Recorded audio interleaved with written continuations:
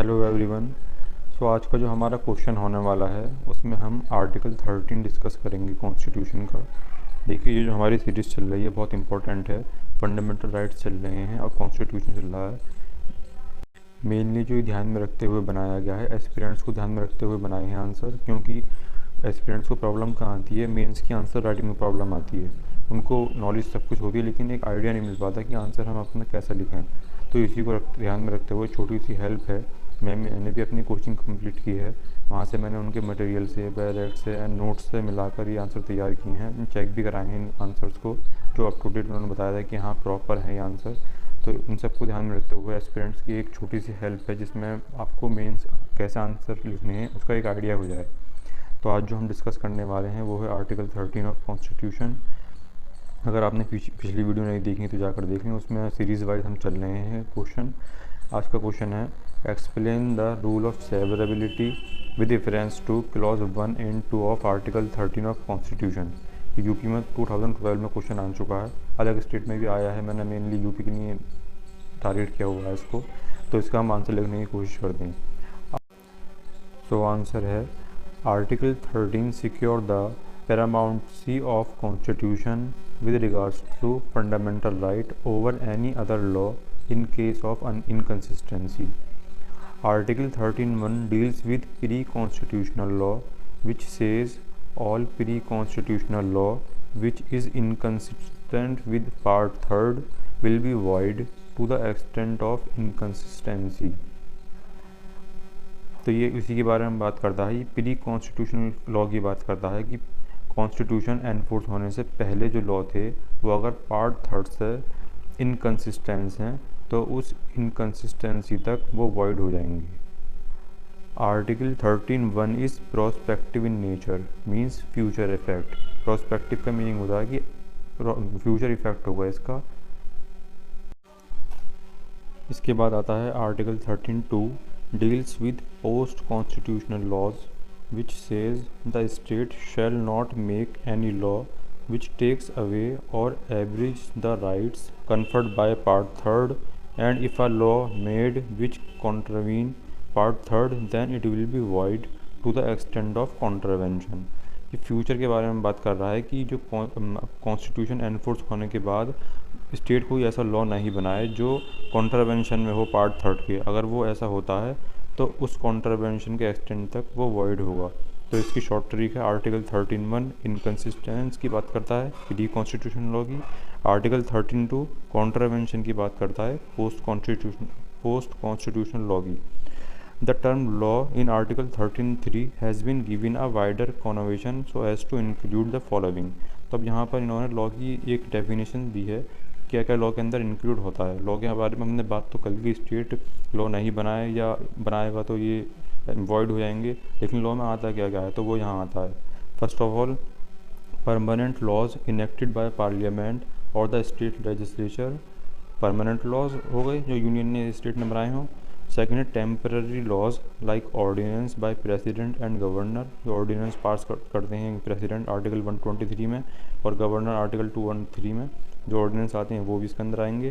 Third है statutory instruments in the nature of subordinate legislature like order हो गए कोई, या by laws, rule, regulation, notification etcetera, ये चीज़ें भी लॉ के अंदर आएंगी। एंड फोर्थ पॉइंट है non legislative source of law that is custom और usages having in the territory of India the force of law. जो कस्टम और यूजेज है जो फोर्स ऑफ लॉ ले चुका है वो भी इसके अंदर आएंगे। Further article 13 clause 4 declares that a constitutional amendment made under article 368 is not a law within the meaning of article 13 and therefore cannot be challenged and as infringing the fundamental rights.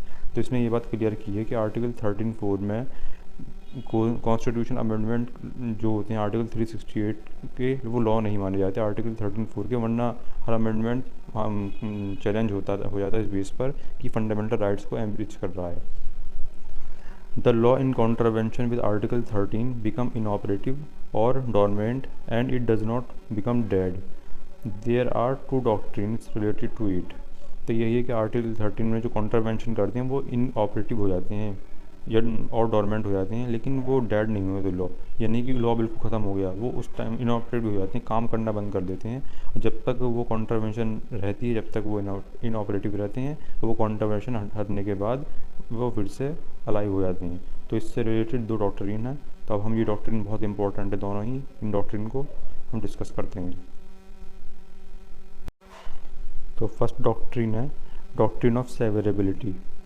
This doctrine provides that if some part of law is against the constitution or constitutional limitation, but that provision is severable from rest of the part, then only offending provisions will be declared void and not the entire statute। ये वही है कि अगर सेवरेबल है वो part जो infringing कर रहा है कॉन्स्टिट्यूशन के पार्ट थर्ड को, तो उस पार्ट को हम खाली इनऑपरेटिव कर देंगे, वो डिक्लेयर हो जाएगा वाइड, बाकी का जो स्टैट्यूट है वो ऐसे ही काम करता रहेगा। It helps the entire law to being unconstitutional, but it is possible only if the inconsisting part is severable from rest of the law. If both valid and invalid part are so mixed up that it can't be separated, then the whole law or act will be declared void। ये जब भी काम कर सकता है doctrine अगर सेवरेबल part हो, अगर सेवरेबल नहीं हो सकती एक्ट आपस में इस तरीके से वो मिक्सअप हैं कि उसको अलग करना पॉसिबल नहीं है, तो पूरा का पूरा एक्ट वॉइड हो जाएगा। तो इसी डॉक्ट्रिन से रिलेटेड कुछ केस लॉज हैं। इसमें सबसे पहला केस है A.K. गोपालन versus state of Madras. This doctrine was applied by supreme court in A.K. गोपालन versus state of Madras, and the court observed that Section 14 of Prevention of Detention Act 1950 was violating Article 14 of Constitution, so it was declared void by Supreme Court, but other parts of Act were separable and operative। तो इसमें यही हुआ था, section 14 violet कर रहा था article 14 को, तो बस खाली वही सेक्शन वॉइड डिक्लेयर कर दिया गया सुप्रीम कोर्ट के द्वारा, और बाकी का सेपरेबल था ये अदर पार्ट से, तो बाकी का ऑपरेटिव रहा। सेकंड केस है in Kihoto Hollohan versus Zachillhu. In this case para 7 of 10 schedule was separated from rest and was declared invalid as it is barring judicial review which is basic feature of constitution. तो para 7 of 10 schedule separate किया गया था बाकी part से, और उसको invalid declare किया गया था क्योंकि जुडिशल रिव्यू को वो बार कर रहा था, जो कि बहुत ही इंपॉर्टेंट बेसिक फीचर है हमारे कॉन्स्टिट्यूशन का। थर्ड केस है in state of Bombay versus FN Balsara. At 8 section of Bombay prohibition act declared invalid, supreme court said it was separable from the rest, इसलिए उनको डिक्लेयर कर दिए क्योंकि वो बाकी से सेपरेबल थे। इसके बाद आता है कि हम आइडेंटिफाई कैसे करें कि सेपरेबल है या नहीं है एक्ट। तो in this regard we have to see, सबसे पहले हमें क्या देखना, इन इंटेंशन ऑफ लेजिस्लेचर, क्या इंटेंशन थी लेजिस्लेचर की उस टाइम पर एक्ट को बनाते हुए।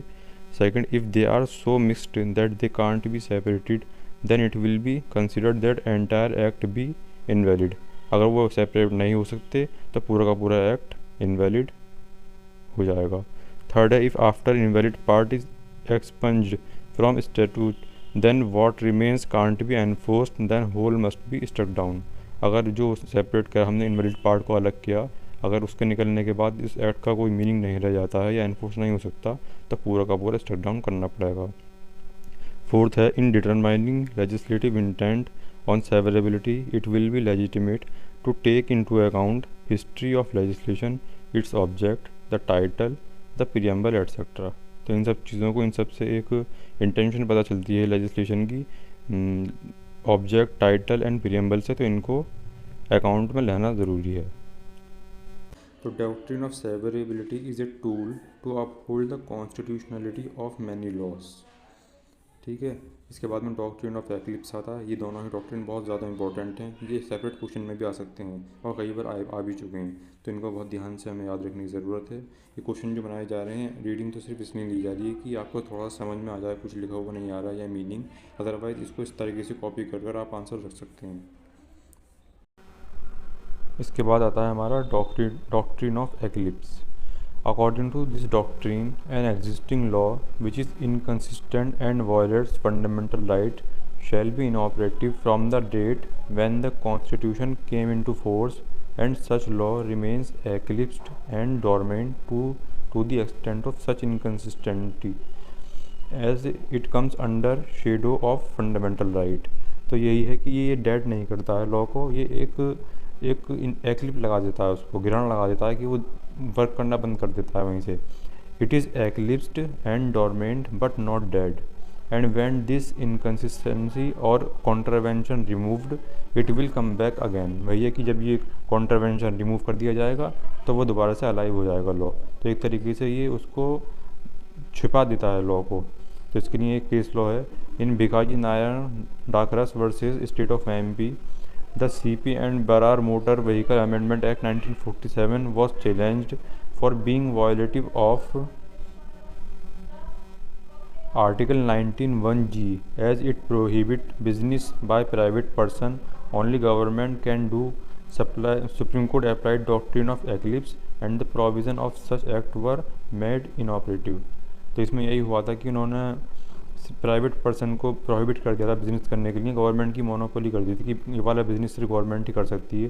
तो 19(1)(g) में जहाँ की हमको राइट मिला हुआ है, फंडामेंटल राइट बिज़नेस वगैरह का, तो ये इस सुप्रीम कोर्ट ने ये वाला डॉक्ट्रिन अप्लाई करा था और एक्लिप्स कर दिया था उस प्रोविज़न को। तो जब इनऑपरेटिव हो गया था वो, later on in 1951 by first constitution amendment article 19(1)(g) was amended and eclipse was removed, rendering this law enforceable against citizens and non citizens। बाद में इसमें अमेंडमेंट हुआ था 19(1)(g) में, इसके थ्रू वो लॉ फिर से ऑपरेटिव हो गया था। These both doctrine are applicable pre and post constitutional law। Personal law does not come under the ambit of article 13। ये हेल्ड हुआ था स्टेट ऑफ बॉम्बे वर्सेस नरसुअप्पा। तो इसके ये पर्सनल लॉ जो आते हैं आर्टिकल 13 में नहीं आते हैं एम्बिट में। Article 13 is the judicial review power of supreme court to check validity of laws for past as well as for future. तो आज के हमारे लेक्चर में ये दो डॉक्ट्रिन थे, doctrine of severability and doctrine of eclipse, बहुत ज़्यादा इंपॉर्टेंट है। सेवरेबिलिटी सेपरेशन की बात करता है, एक्ट को सेपरेट कर देता है उस पार्ट को जो इन्फ्रिंज होता है, और दूसरा जो होता है वो एक्लिप्स कर देता है, उसको ढक देता है तब तक के लिए जब तक वो कॉन्ट्रावेंशन दूर नहीं किया जाता। तो ये दोनों डॉक्ट्रिन बहुत ज़्यादा इंपॉर्टेंट हैं, आप इसको नोट कर सकते हैं। आज के लिए इतना ही, मिलते हैं नेक्स्ट वीडियो में नेक्स्ट क्वेश्चन के साथ।